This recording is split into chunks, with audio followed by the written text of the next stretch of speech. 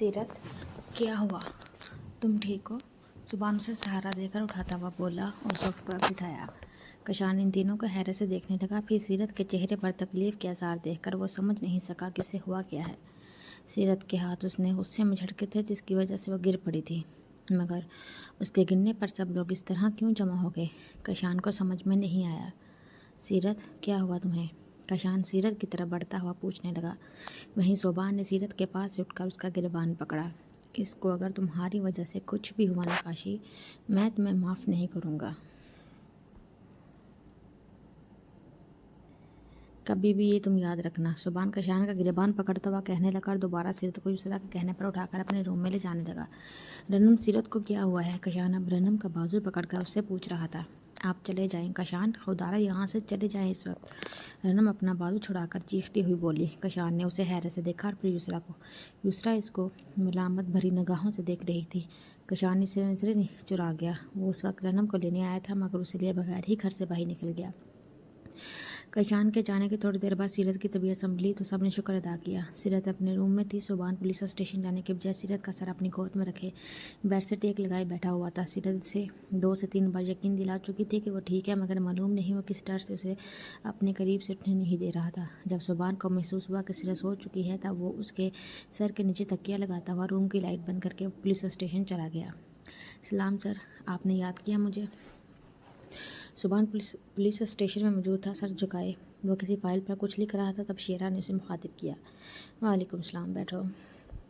Subhan file को एक तरफ रखते हुए शेरा को देखा। उसका चेहरा काफ़ी बिगड़ चुका था और हाथों की खाल गली हुई थी, जगह जगह से चर्बी छलक रही थी। उसकी हालत देखकर सुबान सोच में पड़ गया कि वो कशान को किस तरह ठीक करे।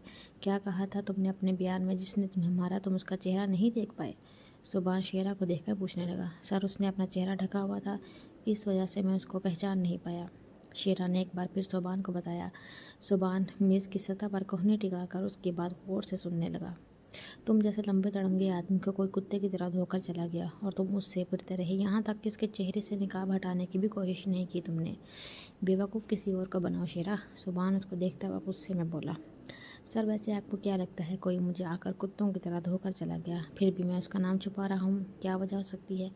कहीं ऐसा तो नहीं कि मैं उसे खुद कुत्ते की मौत मारना चाहता हूँ? शेरा अपना दाढ़ी से भरा गाल खुजाता हुआ सुबान को देखकर बोला। वहीं सुबान ने कसकर उसके मुंह पर थप्पड़ मारा और शेरा का गिरेबान पकड़कर उसको अपने सामने खड़ा किया। अगर तुमने मेरे भाई की तरफ या मेरे घर के किसी भी फर्द की तरफ बुरी नज़र से देखा भी ना शेरा, तो मैं तुम्हें इतनी अजियत भरी मौत दूंगा कि तुम्हारी आने वाली 7 नस्लें तौबा करेंगी। दफ़ा हो जाओ मेरी नज़रों के सामने से, उससे पहले कि मैं तुम्हें अभी और इसी वक्त उल्टा सूली पर लटका दूं। सुबान ने उसे गिरबान से पकड़कर वार्निंग देता हुआ ज़ोर से दरवाजे की तरफ धक्का दिया। वो सुबान को घूरता हुआ वहाँ से चला गया। सुबान को सोच कर गुस्सा आ रहा था। उसने रनम को उठाया था, अभी वो उसे मैं सोच ही रहा था। इसके मोबाइल पर यूसरा की कॉल आई। यूसरा की बात सुनकर सुबान फ़ौरन अपनी गाड़ी की चाबी उठाता हुआ वहाँ से निकल गया। सर, मैं यहाँ पर अब जॉब नहीं कर सकता, मेरा रेजिग्नेशन लेटर आपको थोड़ी देर तक मिल जाएगा। कशान को लगा अब उसे ये जॉब छोड़ देनी चाहिए। उसको माया के साथ अपने सलूक पर पछतावा हरगिज़ नहीं था, बल्कि वो उस औरत की शक्ल नहीं देखना चाहता था। इसलिए कशान ने दूसरे दिन ऑफिस में आते ही शकीबुर रेहान को अपनी जॉब छोड़ने के बारे में इन्फॉर्म किया। रुका कशान, तुम्हें जॉब छोड़ने की ज़रूरत नहीं है। तुम जिस वजह से जॉब छोड़ रही हो वो वजह अब हमेशा के लिए अपनी मदर के पास जा चुकी है। शकीबुर रेहान ने कशान को देखकर कहा। कशान ने गौर से सामने बैठे शख्स को देखा, यानी माया के बाप को मालूम था कि वो माया की वजह से जॉब छोड़ रहा है, या फिर कल वाले वाक़े का उसे भी इल्म था। कशान ने उलझते हुए सोचा, अगर तुम सोच रहे हो मुझे सारी बात का इल्म है तो ये बात तुम सही सोच रहे हो। कशान, मेरे घर के नौकर बहुत वफादार हैं। मेरे घर में गैर मौजूदगी के बावजूद वो मुझे होने वाले सब वाक़यात बता देते हैं। औलाद अगर अच्छी निकले तो वालिदैन का सर फ़ख्र से बुलंद हो जाता है, मगर वही औलाद ख़ास करके बेटी माया जैसी निकले तो सर शर्म से झुक जाता है। तुम अपनी जॉब से मुखलिस हो, एक रिस्पॉन्सिबल पर्सन हो, तो मैं हरगिज़ नहीं चाहूँगा कि तुम ये जॉब छोड़ो। बाकी जो भी तुम्हारा फ़ैसला हो तुम बता देना। शकीब साहिब ने कशान को देखते हुए कहा। कशान उनकी बात सुनकर रूम से बाहर निकल गया। वैसे भी उसे माया से प्रॉब्लम थी, अपनी जॉब से नहीं। वो हमेशा के लिए अपनी माँ के पास चली गई थी, कम अज़ कम उसकी शक्ल नहीं देखनी पड़ेगी। कशान ने चेयर पर बैठते हुए सोचा और अपना मोबाइल निकालकर रनम का नंबर मिलाया, मगर तवक्का के मुताबिक नंबर बंद था। 3 दिन हो गए थे रनम को उसके घर से गए हुए। कशान उसे बहुत मिस कर रहा था और कशान को जब से मालूम हुआ था कि रनम ने शेरा से मतलब सुबान को कुछ भी नहीं बताया, तब से वो अपने अमल पर और ज़्यादा शर्मिंदा था। उसने गुस्से में आकर रनम के साथ बदसलूकी की। वो बहुत पछता रहा था। मालूम नहीं उसे गुस्से में क्या हो जाता था, मगर कैसे भी हो वह रनम को बहुत प्यार से मना लेगा। कशान को यकीन था उसकी डोर मान जाएगी। यही सोचते हुए उसने लैंडलाइन पर कॉल की ताकि रनम से बात कर सके। किसी भी सूरत उसे अपने साथ ले जाने का इरादा रखता था। युसरा ने तो उसे इजाज़त दे दी थी, रनम को भी वो मना लेता, मगर असल मसला ज़ुबान पैदा कर रहा था। और ऐसा ज़िंदगी में पहली बार हुआ था कि कशान को अपने भाई पर गुस्सा आ रहा था। हेलो, कौन बात कर रहा है? कशान को शाहिदा की आवाज़ सुनाई दी। धक्का लगने की वजह से उसे थोड़ी देर के लिए दर्द महसूस हुआ, मगर युसरा के पूछने पर और सुबान के इसरार के डॉक्टर के पास चलो, उसने कहा कि वो ठीक है। सीरत को वाकई अपनी तबीयत ठीक लगी। युसरा के कहने पर वो लेट गई। सुबान भी उसको सोता देखकर घर से निकल गया, मगर रात में तकलीफ से उसकी आँख खुली। उसने रनम का नाम लेकर उसे ज़ोर ज़ोर से पुकारा। रनम और युसरा दोनों ही उसकी आवाज़ सुनकर सीरत के पास आई। सीरत को तकलीफ से रोता हुआ देखकर युसरा ने फ़ौरन ड्राइवर से कार निकालने को कहा। अस्पताल पहुंचकर अल्ट्रासाउंड कराने के बाद सीरत की कंडीशन देखते हुए गायनी ने अबॉर्शन का मशवरा दिया। तब युसरा ने सुबान को कॉल करके बुलाया। अस्पताल से वापसी पर सुबह के 5 बज गए। सीरत सारे रास्ते रोती हुई आई। रनम सुबान और सीरत को देखकर भी और भी अफसरदा हो गई। सुबान खुद भी खामोश था, मगर सीरत को रोता हुआ देखकर उसे चुप करा रहा था। तभी उनके बेडरूम में युसरा आई। सुबान युसरा को देखकर रूम से बाहर निकल गया। सीरत, बस करो बेटा, इस तरह मत रो। सुबान कितना परेशान हो रहा है तुम्हें इस तरह रोता हुआ देखकर। मैं मानती हूँ तुम्हारा बहुत बड़ा नुकसान हुआ है, मगर नुकसान सुबान ने भी तो बर्दाश्त किया है ना। मैं माँ हूँ, मैं जान सकती हूँ तुम्हारा दुख, मगर अब इस तरह रोकर ख़ुद को मज़ीद हल्का मत करो, तुम्हारी तबीयत ख़राब होगी। युसरा को प्यार करते हुए समझाने लगी। आप ही तो समझ सकती हैं मेरे दुख, आपने भी तो अपनी पहली औलाद को खोया था मेरी तरह। मम्मा, मुझे आज आपका दुख समझ में आ रहा है। आज मैं जान पाई आप कितना तड़पी होंगी मेरे लिए। सीरत जब युसरा के गले लगकर रोई तो उसके रोने में मज़ीद शिद्दत आ गई। युसरा को भी रोना आ गया। चुप हो जाओ मेरी जान, अल्लाह पाक ने मुझे मेरी बेटी वापस दे दी। अब वो तुम्हें और सुबान को भी दोबारा बहुत जल्द खुशी से नवाजेगा। इस कंडीशन में बिल्कुल नहीं रोते, आंखों पर जोर पड़ता है। आप बिल्कुल खामोश हो जाओ। युसरा उसको बहलाते हुए प्यार से समझाने लगी और उसकी आंखों से आंसू साफ करने लगी। सुबान जब रूम में वापस आया तो युसरा उठकर उसके पास आई। नाश्ता मैं रूम में ही भेज रही हूँ, सीरत को भी कराना, तुम खुद भी करना।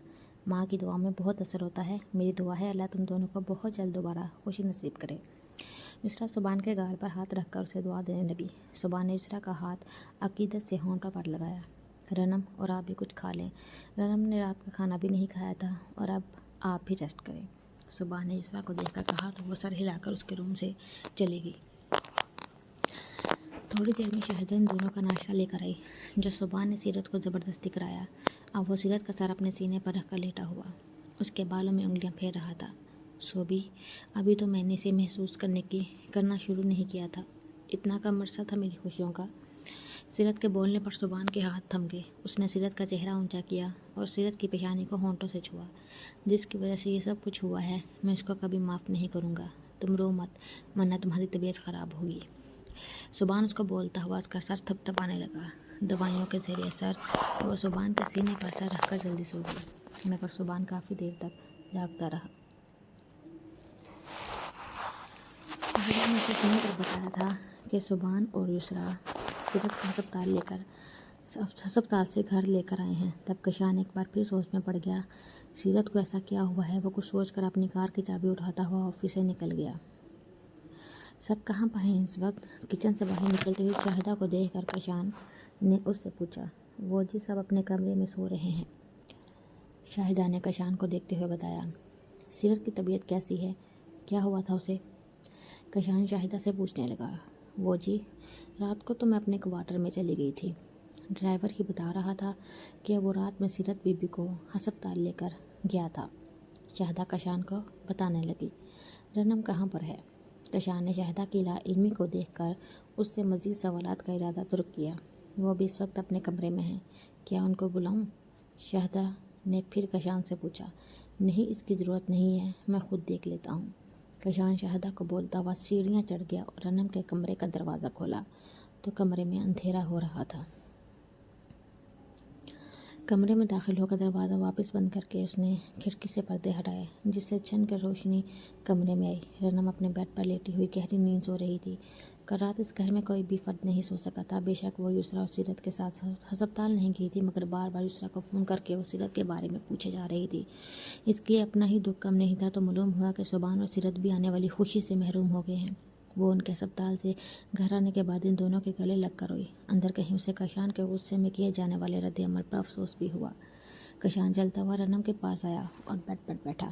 مدھم روشنی میں وہ رنم کا چہرہ غور سے دیکھنے لگا۔ وہ اسے محبت کرنے کے باوجود ہر بار غصے میں اسے تکلیف دینے کا سبب بنتا ہے۔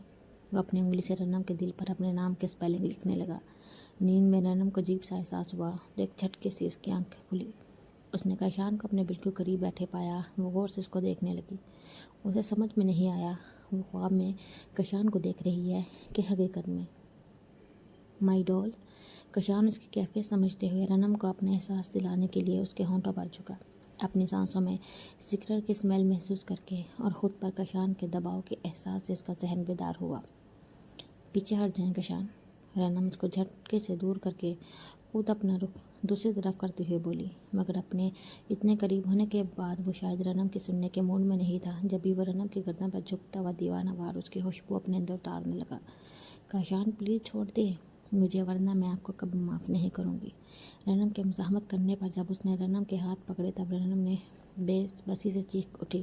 کشان اس کے اوپر سے اٹھا۔ رنم نے بیڈ سے اتر کر جلدی سے لائٹ کھولی۔ کمرہ ایک دم روشنی میں نہا گیا۔ رنم پلیز میری بات سنو جان، آئی سویئر اور آئندہ ایسا کچھ نہیں ہوگا۔ وہ سب غلط فہمی میں ہوا تھا۔ میں سمجھا تھا تم نے صوبی کو بتایا ہے۔ میں اپنی غلطی ایکسیپٹ کرتا ہوں۔ اگر تم نے اسے بتایا بھی ہوتا تب بھی مجھے اس طرح نہیں کرنا چاہیے تھا۔ رنم آئی ایم سوری، مجھ سے غلطی ہو گئی۔ آخری بار، صرف آخری بار مجھے معاف کر دو۔ میں یقین دلاتا ہوں آگے سے آئندہ ایسا کچھ بھی نہیں ہوگا۔ کشان اسے اپنے رویے کی وضاحت دیتے ہوئے اس کے قریب آ کر اسے منانا چاہا۔ نہیں کشان، ہر بار ایسا ہی ہوگا۔ ہر بار آپ ہمیشہ میرے ساتھ ایسا سلوک کریں گے اور یوں ہی مجھ سے تلافی کیا کریں گے، مگر اب نہیں، اب بہت ہو گیا۔ میں یہ سلوک ساری زندگی برداشت نہیں کر سکتی۔ رنم نے اس کو دیکھتے ہوئے کہا۔ کشان نے محسوس کیا وہ اس سے بری طرح خفا تھی، مگر وہ آج اسے اپنے ساتھ لے جائے گا۔ کشان نے سوچا اور اس کو بازوؤں سے تھامتا ہوا بولا، تمہیں معلوم ہے نا میں تم سے دوری برداشت نہیں کر سکتا۔ وہ سب کچھ میرے غصے کا ری ایکشن تھا، میں خود پر کنٹرول کھو بیٹھا تھا۔ یہ بتاؤ کیا صرف ہر وقت غصہ ہی کرتا ہوں تم پر؟ پیار نہیں کرتا کیا تم سے؟ میں کل رات کو سوچ رہا تھا بہت زیادہ غلط کر چکا ہوں اپنے غصے میں تمہارے ساتھ۔ میں خود پر کنٹرول کروں گا، اب تمہیں کبھی بھی ہرٹ نہیں کروں گا۔ پلیز جان، آج میرے ساتھ ہمارے گھر چلو، تم ڈول ہونا میری۔ کشان نے اسے بچوں کی طرح بہلاتے ہوئے اپنی باہوں میں لینا چاہا، وہیں رنم نے جھٹک کر اس کے ہاتھ پیچھے کیا اور اس سے دور ہے۔ کشان مت کہا کرے مجھے ڈول، نہیں ہوں میں کوئی ڈول، انسان ہوں میں۔ مجھے ڈول کہہ کر آپ نے مجھے ڈول سمجھ لیا۔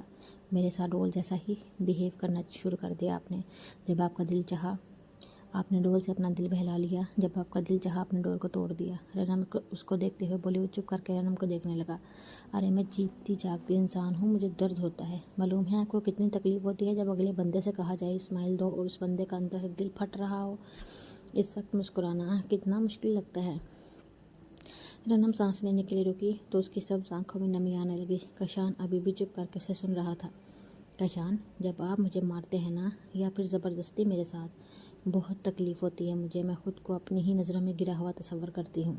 اپنے آپ سے مجھے نظریں ملاتے ہوئے شرم آتی ہے۔ آپ دعویٰ کرتے ہیں نا کہ آپ کو مجھ سے پیار ہے، میں مانتی ہوں آپ سچ کہتے ہوں گے، آپ کرتے ہیں مجھ سے پیار، لیکن ایک بار، صرف ایک بار مجھے سچے دل سے بتائیے گا، کیا میں صرف آپ کا پیار ڈیزرو کرتی ہوں، عزت ڈیزرو نہیں کرتی؟ کشان، میں کوئی بد کردار لڑکی تو نہیں تھی، نہ ہی آپ کے ساتھ بھاگ کر شادی کی تھی میں نے۔ آپ خود ہی تو بڑے تھے نا میری طرف، میں نے تو محبت میں پہل نہیں کی تھی، تو پھر آخر کیوں کروں میں آپ کا رویہ برداشت؟ رنم نے بولتے ہوئے رونا شروع کر دیا۔ کشان نے اسے چپ کرانے کے لیے اس کے پاس آنا چاہا، مگر رنم نے اپنے ہاتھ کے اشارے سے اسے روک دیا۔ آپ کہتے ہیں نا آپ افتخار احمد جیسے نہیں ہیں، آپ کو نفرت ہے اپنے باپ سے، مگر کشان مجھے ایسا لگتا ہے کہ میں آپ کے ساتھ رہ کر دوسری فائزہ بن جاؤں گی۔ رنم اپنا چہرہ چھپا کر رونے لگی۔ رنم، کشان نے آنکھوں میں نمی لیے اسے پکارا۔ وہ تڑپ ہی اٹھا رنم کے اس طرح بولنے پر۔ آپ کی مار سے نہیں مگر آپ کا رویہ مجھے مار ڈالے گا۔ میں بہت بزدل ہوں کشان، مجھ میں حوصلہ نہیں ہے دوسری فائزہ بننے کا۔ رنم نے اپنے سبز آنکھوں سے آنسو صاف کیے۔ رونے کے باعث اس کی آنکھیں سرخ ہونے لگی۔ کشان کی آنکھوں میں نمی تھی، جس کی وجہ سے اسے رنم کا چہرہ دھندلا نظر آنے لگا۔ آج رنم کس طرح بولنے پر اسے احساس ہوا وہ اپنے سامنے کھڑی اپنی بیوی جس سے وہ بہت پیار کرتا ہے اسے بری طرح توڑ چکا ہے، اس کا بہت زیادہ دل دکھا چکا ہے۔ رنم چلتی ہوئی اس کے قریب آئی۔ میں نے آپ سے کہا تھا نا کشان کہ عورت جسے اپنے دل میں ایک بار بسا لے وہ اس سے نفرت نہیں کر سکتی۔ رنم اپنی شہادت کی انگلی سے کشان کے دل پر آر لکھنے لگی۔ آپ کا اتنا برا سلوک بھی میرے دل میں آپ کی محبت کم نہیں کر سکا، مگر اس کے باوجود میں آپ کے ساتھ رہنے سے ڈرتی ہوں۔ محبت ہونے کے باوجود میں آپ کے ساتھ نہیں رہ سکتی۔ اب رنم اس کے دل پر لکھے گئے آر پر اپنی انگلی سے کراس بناتی ہوئی بولی۔ کشان کی آنکھوں سے آنسو چھلک پڑے۔ رنم نہیں پلیز، وہ کراس بناتی ہوئی انگلی کو پکڑ کر ایک دم تڑپتا ہوا بولا۔ چلے جائیں آپ یہاں سے۔ رنم نے اپنے دونوں ہاتھ کشان کے سینے پر رکھ کر اسے دھکا دیا اور اپنا رخ دوسری طرف موڑ لیا۔ آپ کو پسند نہیں ہے نا کہ کوئی مجھے دیکھے؟ میں اپنی ساری زندگی اس کمرے میں آپ کے نام پر گزار دوں گی، مگر میں اب آپ کے ساتھ نہیں رہ سکتی۔ کشان اس کی پشت کو دیکھتا ہوا اپنی آنکھوں سے آنسو صاف کرنے لگا۔ ویسے ہی کمرے کا دروازہ کھلا۔ تم رنم کے کمرے میں کیا کر رہے ہو؟ کیوں آئے ہو دوبارہ یہاں پر؟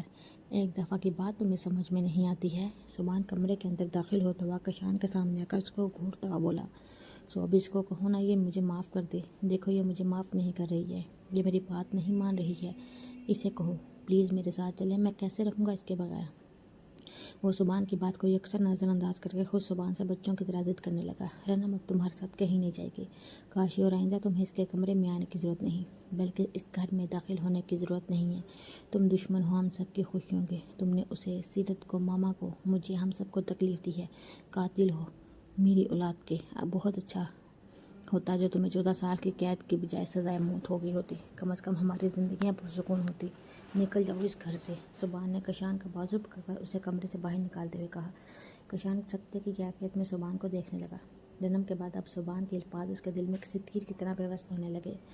میں آپ کے ساتھ رہتے دوسری فائزہ بن جاؤں گی، تم قاتل ہو میرے بچے کے۔ ان دو جملوں کی تکرار اس کے دماغ میں چلتی رہی۔ وہ لڑکھڑاتے قدموں کے ساتھ وہاں سے چلا گیا۔